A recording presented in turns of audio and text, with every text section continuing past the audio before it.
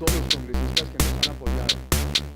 que mientras no estén en la cárcel, a votar la estrategia, a pedir, a votar la capitalización de Ecopetrol, a votar la reforma tributaria, no estén en la cárcel, a votar la estrategia, a pedir, a votar la capitalización de Ecopetrol, a votar la reforma tributaria, no estén en la cárcel, a votar la estrategia, a pedir, a votar la capitalización de Ecopetrol, a votar la reforma tributaria, no estén en la cárcel, a votar la estrategia, a pedir, a votar la capitalización de Ecopetrol, a votar la reforma tributaria, no estén en la cárcel, a votar la estrategia, a pedir, a votar la capitalización de Ecopetrol, a votar la reforma tributaria, no estén en la cárcel, a votar la estrategia, a pedir, a votar la capitalización de Ecopetrol, a votar la reforma tributaria, no estén en la cárcel, a votar la estrategia, a pedir, a votar la capitalización de Ecopetrol, a votar la reforma tributaria, no estén en la cárcel, a votar la estrategia, a pedir, a votar la capitalización de Ecopetrol, a votar la reforma tributaria, no estén en la cárcel, a votar la estrategia, que hablen con la capitalización de Ecopetrol, a votar la reforma tributaria, que hablen como mujeres firmes o